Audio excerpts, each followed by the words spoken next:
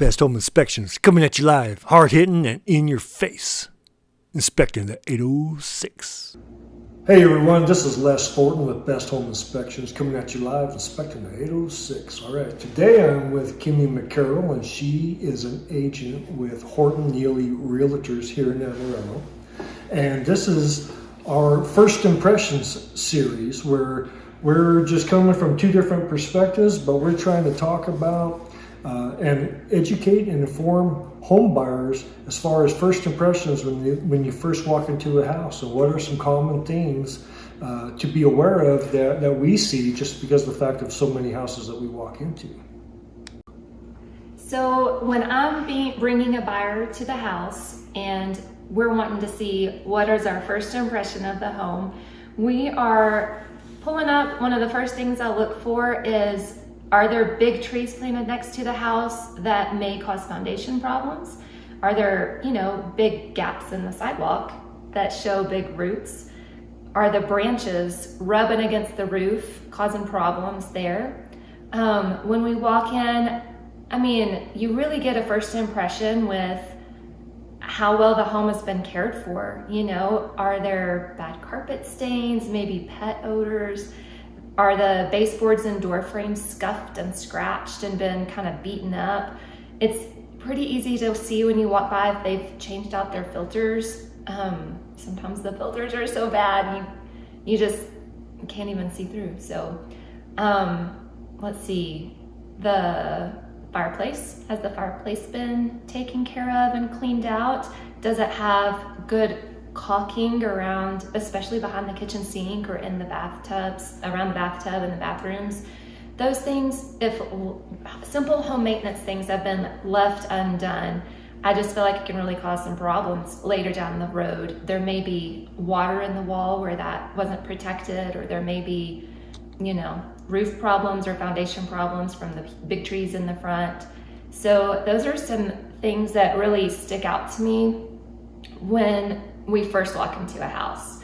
We also want to make sure, the neighbors' houses are, that the neighbors are taking care of their homes and that the neighborhood's going to be a good fit for my clients, So those are the things we look for.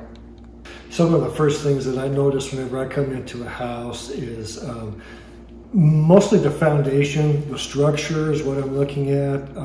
So many people, their question is, does this house have good bones? All right, so the way that I determine a lot of that is just by paying attention to what is square, what is straight. When I'm outside the house walking around, most houses in Amarillo have a brick exterior, so I'm looking for cracks.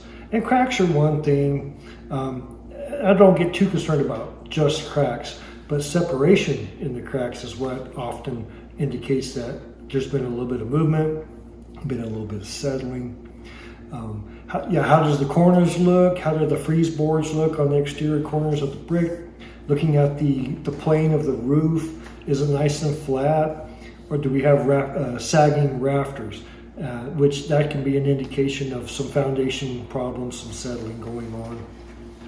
And the most common thing that I find are minor plumbing issues in the bathrooms and the water heaters.